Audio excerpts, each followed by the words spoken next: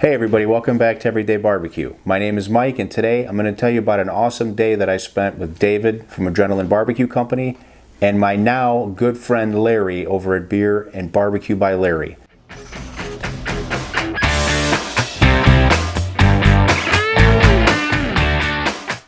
So those of you that follow me on social media know that I posted a photo of a FedEx truck in front of my house about 3 or 4 weeks ago, and anyway, long story short, that item that came was the Sear Kamado from Adrenaline Barbecue Company. That delivery represented a nice new cooker for our channel, as well as new opportunity for my channel and for my family. I'm now also going to be creating content for the Adrenaline Barbecue Company YouTube channel, which is cool, and there's already one video that's been released, so check out that channel, subscribe please, and support me there too. I would really appreciate it. Now before I get started telling you about this day, I want you to do me a favor. I want you to head over to Larry's channel. I'll put a link for it up here in the iCard. Please, as a personal favor to me, subscribe to that man. Not only as a favor to me, but as a benefit for yourself, because he does tons and tons of awesome stuff on his channel. When we were there this day, and you're going to see this in the video, homemade breads, homemade beer, homemade wine, homemade everything. I mean, I'm surprised this guy doesn't roll his own cigars, and I don't know, maybe he does. If you're not subscribed to his channel, you're missing out. Please go over there and do that. Now, how this whole thing happened is that Larry has a lot of experience with Kamado cookers. I don't, and I have experience with the slow and sear. Larry doesn't. So we decided, we being me, David, and Larry, that it would be a great idea for us to all get together, which Larry and I have been trying to do anyway. This was a great opportunity for us all to get together and for me to learn from Larry, Larry to learn from me, and both of us learn from David. Now we got there, unpacked, got the camera set up, got the audio stuff set up. Before you know it, we were having fun with the grill, getting that started, getting it lit, because we knew we were going to be doing a lot of cooking on it that day. After we got the coals lit, we got a little tour of Larry's place, and this guy's got man caves everywhere. But anyway, we ended up down in his basement at his bar where he was pouring us homemade beer, and my goodness, was that stuff good. I'm fat too. This is what happens when you do YouTube, right? Yeah, no kidding. All right. Well, it doesn't have to. It doesn't have to be? Right. Yeah, I know. It doesn't have to. Rub it in, right? Okay, I'm going to say a little something to the camera here. Hey, everybody, we're down in... Where am I? My basement. Cave. Down in the man cave. First time for these guys down here. How many man caves does this man have? This is at least This the is second the one. second one I've seen at least so Yeah, far, right? and he took us through that other floor so quickly. This might be a third. So how many man caves do you actually have? Well, it depends on what you define by man cave. This half of the downstairs is man cave A. Okay. Behind you is my home theater, which is Man Cave B. Man Cave C is what you first saw, which is my garage, which you all see from my brewing videos most of the time, and don't have a D yet. Well, the beautiful patio is kind of a D. Patio's a D. Kind of a D. So what's your what number's your favorite? I prefer outdoors. I prefer my patio. All right. So Okay. D, number D. D, but in the fall and winter and all that, it's not so easy to be outside when it's 10 below zero. You know. So. Yeah. I know the feeling. I brought these guys down here to try some of the home brew while the food's cooking outside on the Sear Kamado. I have some beer mugs behind Mike, if you wouldn't mind, do the honors. There's 3 Beer-N-BBQ By Larry mugs in there. All right, who's poison here? What would you like? I'm good with the words are hard. English brown for me. English sir. brown ale? Whatever you pour me. All right, well, we'll be right back.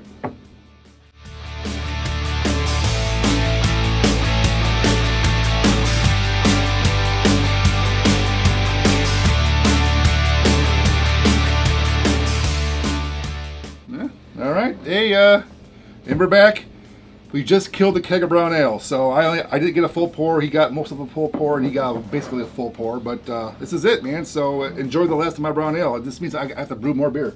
You're a generous man, sir. Yep. Thank you. Cheers. They killed the keg and we haven't even started drinking yet. Salute. Oh. Salute. Wow, that's good. Yeah. Oh yeah. Yeah. I really like that. Very smooth. Yeah. Yep. Very smooth. Time to brew another batch of beer, folks. I'll be out there probably another week and making a new batch of beer. So a new video forthcoming. All right. Well, we got our beers. we can go upstairs and check on the food. Let's do it. Let's do it. Food, good. Now for lunch we did some potatoes, which Larry just went ahead and rubbed down with some olive oil covered in salt. We placed those on the S&S Kamado. He also did this corn recipe. I think he's got a video on it called Corn in a Cup, and I'll link you to that up here. This corn is roasted over the fire, cut off the cob, and then it has butter, it has some cotija cheese, some lime juice, some salt, some pepper. It was absolutely delicious, and this is something that I'm definitely going to be making here at my house. But check out that video if you like corn recipes. This is something that you have to try. Now for lunch we also did pork chops 2 different ways. We had some thick cut chops that Larry picked up and cut. We did a slow smoked version where we just basically left 2 pork chops on smoke the whole way until they were done, pulled them around 135, and we almost forgot that he had 2 sous vide chops ready to go that we were going to do the reverse sear on. Unpackaged those, got those ready for the sear, and David, of course, being the pro at the cold grate technique with the spin grate, knocked that out for us. We had all this food on the grill, and it was so cool to see the uniqueness and the versatility of the S&S Kamado. We had potatoes all the way down at the bottom of the grill underneath the spin grate. On the spin grate, we had the pork chops, which were slow smoking. Then we had the corn on the elevated roasting grate, which allowed us to roast the corn without burning it. And all this stuff on at the same time, it all got done at the same time. It was really, really impressive, I have to say. So we took some really cool photos of the S&S Kamado with this FLIR camera that Larry's buddy let him borrow for this video. I'll put some of those up here too, so you can check those out. Just kind of showing where the heat was on the outside of the grill. And it's cool to see how it's really focused on that area of the S&S, but as you know, the way that works is the heat comes off the S&S, comes off the top, and then comes back down, so you get very, very even cooking. But it's just one of those things that make this Kamado very, very unique. So after all this fun and all this cooking, it was finally time to sit down and have lunch, and we really enjoyed it. I mean, everything was just absolutely delicious. The pork chops both ways, the potatoes, the corn. Larry made some homemade sourdough bread the night before. We had some of that with it. And there was more cooking that went on throughout the day, but because there's so much footage, I've got 150 or almost 200 video clips of this day, and so I decided I was going to split this into 2 videos. So this that you're watching is part 1,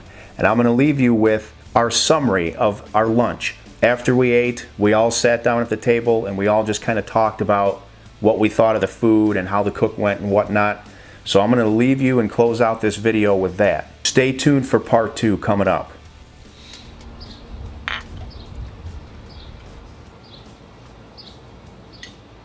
So we just got done eating, and we can go around the table and give our thoughts. The corn is 4 thumbs up. I only have 2 to visualize, but it's 4 thumbs up. You've got to do, you got to do that corn, people. That was good stuff. Corn was crazy good. Corn was awesome. Yeah, and it's from a previous video where he shows the entire recipe. Definitely got to do it. The baked potatoes, just the crispiness of the skin, I was a big fan. The pork chops were, you know, obviously the star of the show. Is usually the protein, although I don't know, maybe it was the corn. It was really good. I'm going to go on the record, say I preferred the smoked chop to the sous vide and seared chop. I like the smoky flavor. I think they were equally tender. I just got more flavor from the smoked chop, so that's my opinion. Well, if that's my opinion, which you haven't, but I'll voice it anyway. Well, I figured you were going to talk up. All day long, we've not had a problem with that. So. I actually like them both. Again, if I didn't know which was which before I ate them, I may have not even known which one was which. Yeah, yeah. Knowing that I knew what they were, initially I thought I liked the sous vide style because I thought it was a little bit juicier, but lacked the smoke flavor. The indirect ones were still tender and juicy too, and they had smoke flavor. So if I were to do this again and do a blind taste test, I don't think I would even notice the difference, honestly. But now that I've had 2 whole pieces of each, I actually think I do like the indirect version better.